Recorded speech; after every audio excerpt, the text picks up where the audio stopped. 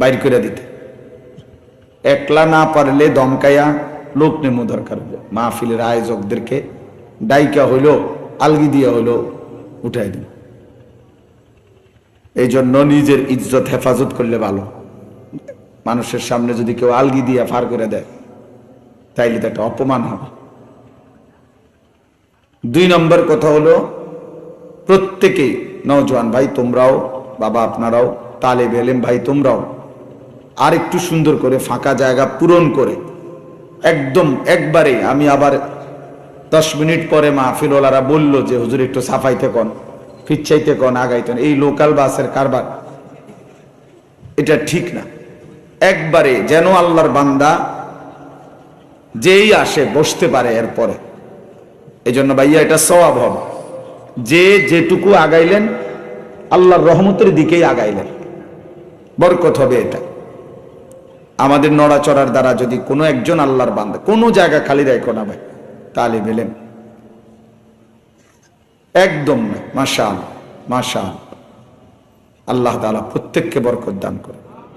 রাসূলুল্লাহ সাল্লাল্লাহু আলাইহি ওয়াসাল্লাম বলছেন, বুখারীর হাদিস, মান রাআ ফুরজাতান ফাজালাসা ফিহা ফাকাদ আওয়া ইলাল্লাহ। কোন দ্বীনি মজমাতে যে ফাঁকা জায়গা দেখলো, ফুরজাতান খালি, অতঃপর নিজে তাতে বসলো, আল্লাহর নবী সাল্লাল্লাহু আলাইহি ওয়াসাল্লাম বলেন সে আল্লাহ তাআলার ঠিকানায় পৌঁছে গেল, আল্লাহর আশ্রয়ে চলে গেল, আল্লাহ যেন তাকে নিজের করে নিলেন। এজন্য অনেক বড় সওয়াব এটা। দ্বীনি মজমায় 3টা আচরণ রাসূলুল্লাহ সাল্লাল্লাহু আলাইহি ওয়াসাল্লাম আলাদা আলাদা ব্যাখ্যা করে বলেছেন। 1 নম্বর হলো এটা, যে ফাঁকা জায়গা পূর্ণ করে বসলো সে যেন আল্লাহর ঠিকানায় পৌঁছে গেল।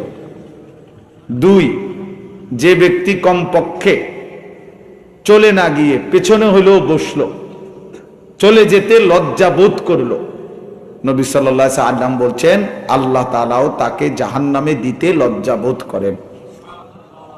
আর 3 নম্বর, যে মুখ ফিরাইয়া মানে পিঠ দেখাইয়া চলে গেল, তো আল্লাহ তাআলাও তার থেকে মুখ ফিরাইয়া নিলেন।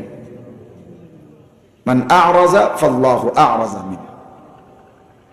এজন্য এটা খুব খেয়াল, আগের থেকেই সিদ্ধান্ত নেওয়া যে আমি শুনবো কিনা, আমি বসবো কিনা। শুধু শুধু তামসা চাইতে আসার কি আছে? শুধু শুধু বুট বাদাম খাওয়ার সাথে কি সম্পর্ক? দ্বীনি মজমায়